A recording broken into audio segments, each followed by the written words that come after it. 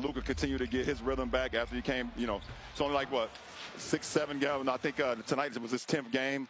For the first time in forever, the Lakers are stepping into the season with a 26-year-old superstar ready to shake the whole league. Luka Dončic's flash, LeBron's fire, and a summer packed with smart roster moves have LA fans going wild. But everyone's asking, can this new squad finally bring a real championship back to the city in 2026? Last season was pure chaos. The 2024-25 Lakers had a top 10 offense, a shaky defense, and somehow still finished third in the West with 50 wins. But that wild success came right after the trade that broke the internet. But then the Mavericks traded you to LA without any warning. What's one word that describes how you felt in that moment? Well, first of all, it didn't seem like real, It kind of took me time to process, but, just to move to that organization with so many trophies, one of the best organizations in the world, it was a dream come true. I remember people thought it was an April Fool's joke for a little while. Who was the first person you called after learning you were being traded? I think I called my father. Did he give you any advice? Yeah, it was still a shock, but just, he would say embrace the moment. When you joined the Lakers, what's one thing LeBron James said to you? Obviously he has so many continents. He's one of the best basketball players in the world ever. So, he just told me, be you. The moment Luka Dončić landed in purple and gold, overnight everything flipped upside down. Luka was learning a brand new system while fighting through an injury, and the team's 18-13 run showed flashes but no real consistency. The trio of Luka, Reeves, and LeBron could torch any defense, but behind them, the depth fell apart fast. That Luka-Reeves backcourt couldn't stop anyone, forcing non-stop switches and desperate scrambles on defense. It was gritty basketball, but far from stable. Teams like Minnesota exposed every hole, spacing them out, draining threes, and bullying them in the paint.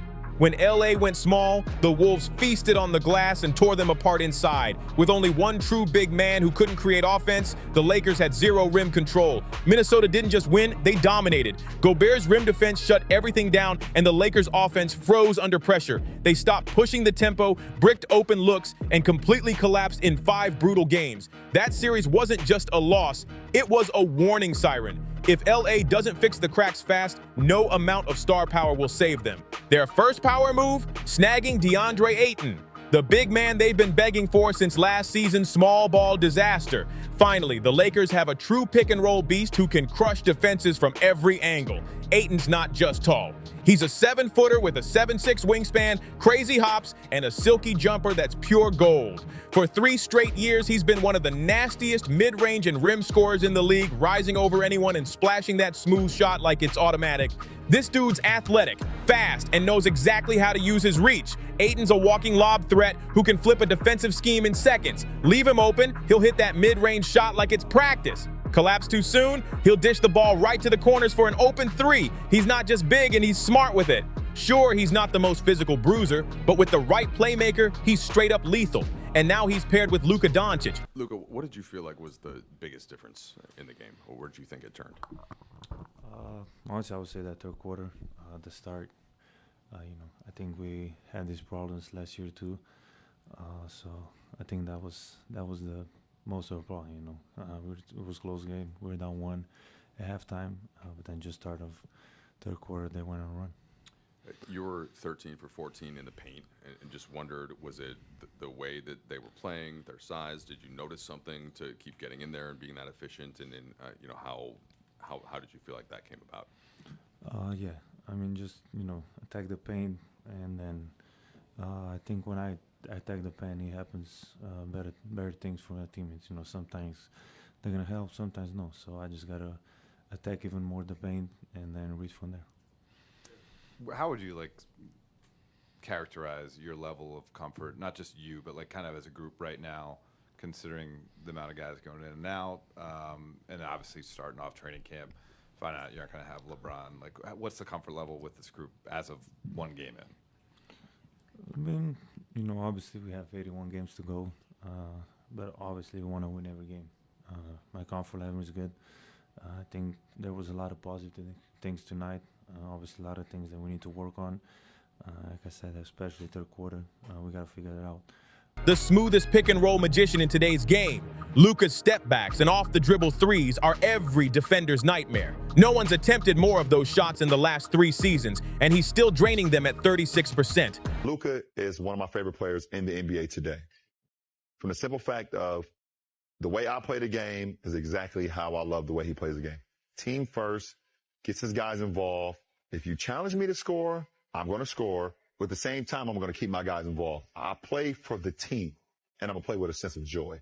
When Luka was going through his contract negotiations with Nike, I wanted to begin Team LeBron and have Luka as my first signing with Nike. Once Luka hits that screen, it's lights out. He's too strong to trap, too crafty to rush, and too unpredictable to contain. Whether it's a cold-blooded step back, a sneaky floater, or a laser pass to Ayton cutting free, he breaks defenses like it's chess, not basketball. Together, these two could turn LA's offense into straight terror this season. LeBron, what makes Luka special? I know you recently said he was your favorite player. His size. It's gigantic. I mean, he's gigantic. He's 6'8" point guard. He's 225 pounds. Jeez. He has the ball on the string. But more importantly, his vision. That's why I love his vision. He can control a game. He doesn't even have to shoot. He'll walk the ball up the court 10 straight times and get to his spot every single time. Just because of his pace. He knows when he comes off a pick and roll, if they're hard showing or if they hedging or if they drop in the pick and roll, he know I could turn the corner because I got this shoulder. And I know the third line of defense, when I get there, if I just slow down, use my pivots, not even jump, just the Euro 1, 2, this guy's flying by. He's flying by every time. It's the mind. And when Luka gets near the paint, it's over. His blend of control, power, and finesse is unreal. Every defense knows, get the ball out of his hands or get cooked. But that's the catch. Luka sees everything. He'll throw a perfect lob, fake out two defenders, then fire a no-look dime to the corner. With Ayton rolling and shooters ready, the Lakers might finally have their unstoppable duo. This season, it's all about spacing, and the Lakers finally have the lineup to make it click. Rui Hachimura and Zach LaVine can hit from deep, while Reeves and LeBron stretch the floor with sharp shooting and crafty playmaking. Smart Vincent and Kleber might be streaky, but they've got no fear pulling the trigger. And if LA needs instant heat, Dalton next, ready to light it up the second he checks in. This offense can spread defenses thin and attack from anywhere. LeBron's still a powerhouse, running pick and rolls, bullying smaller defenders, and flying in transition. Reeves brings control and poise, able to score or set up teammates with ease. Even LeBron can play as the screener, flipping the script completely. But everything depends on which Luka shows up. The injuries and extra weight slowed his burst. That deadly first step from 2020 just isn't the same. Back then, he hit the rim 7 times a game. Now it's half that, and his isolation edge has slipped a bit. He's still a star, no doubt. But can he bring back that old fire and prove he's still unstoppable? His jumper's sharper than ever, but without that rim pressure, defenses adjust fast. The Wolves showed it perfectly. They switched, shut down his drives, and forced tough shots while his teammates froze. Luka still dropped 30, but the rhythm was gone and everyone could feel it. This summer changed everything. Luka's weight loss became one of the league's biggest headlines. He looks leaner, quicker, and way more explosive, moving like the Luka who used to torch everyone. That bounce could bring his rim pressure back and keep him healthy for years. If he combines that power with his new elite shooting, oh, it's over. We might be watching peak Luka, and if that version shows up, the Lakers could own the deadliest offense in basketball. But defense, that's where things still get messy. Deandre Ayton brings size, agility, and solid instincts. When he's locked in, he's a legit rim protector. His footwork and wingspan help him handle most pick-and-roll looks with ease. The only question, can he stay engaged every night? So far, he's looked sharp and focused in preseason. But the real test starts when the grind hits. Still, Ayton's no one-man fortress like Wemby or Gobert. He needs teammates who can actually stay in front of their man, and that's where trouble starts. Luka and Reeves are brilliant on offense, but defensively, they're targets. Quick guards blow past them too easily, forcing non-stop help rotations. LeBron remains the brain of the defense, strong, disciplined, and still a nightmare for bigger wings. But he can't cover everything anymore. The lateral burst just isn't there to chase small guards. That leaves a gaping hole for someone who can lock up elite perimeter scorers nightly. That's where Jared Vanderbilt comes in, the defensive wild card. Offensively, he's rough. No jumper, no creation, not much spacing. But defensively, he's chaos in motion. Long arms, endless energy, and pure hustle. He switches everywhere, pressures the ball, and lives for deflections. The problem? When Vando's on the floor, spacing dies fast, defenders just sag off him. That kills the pick-and-roll game that Luka and Ayton rely on so much. So LA went smart. Literally, adding Marcus Smart in the offseason.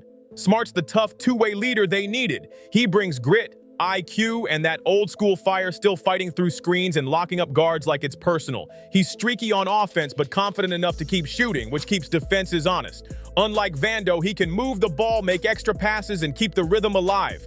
He's not flawless, but Smart might be the missing link, the glue guy who finally balances LA's firepower with real defensive bite. If Luka, Ayton, and Smart find their rhythm under LeBron's leadership, this Lakers squad could shift from flashy to flat-out terrifying. The biggest gamble for this Lakers squad? Health. One key player's barely cracked 54 games in the past 2 seasons. That's a massive red flag when you're banking on him for stability. Fitting him into the lineup also means losing size inside, piling even more weight on Ayton to guard the paint alone. That's why Rui Hachimura's stock is shooting up. He's strong, can stretch the floor, and hits threes cleanly. Sounds perfect, right? Not exactly. When the defense starts chasing shooters, Rui's perimeter struggles show fast. The one guy who seems built to do a bit of everything and shoot, defend, and keep size on the court is Jake LaRavia. He's not flashy, but he's that quiet glue piece this roster badly needs. Still, he's no miracle worker. LA's rotation just doesn't have much lineup flexibility, and that's dangerous once playoff pressure hits. Every lineup comes with a sacrifice. Want defense? Throw in Vincent or Smart, yeah, but say goodbye to size and spacing. Want shooting and size? Rui or LaRavia help there, but the guards get burned on switches. Need instant offense? Neck can torch anyone, but your defense might collapse in seconds. And when Vando checks in to clamp down, the entire offensive rhythm goes cold. The front court's solid, with Ayton and Hayes holding it down, and LeBron, Rui, or LaRavia stepping in when they go small. But here's the real issue. None of the main four, Luka, LeBron, Reeves, or Ayton, are great on-ball defenders. Unless someone suddenly channels their inner Draymond Green, this team's defense won't survive a deep playoff run.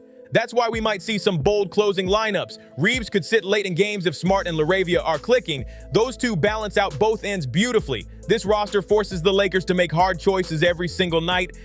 Do you chase buckets or stops?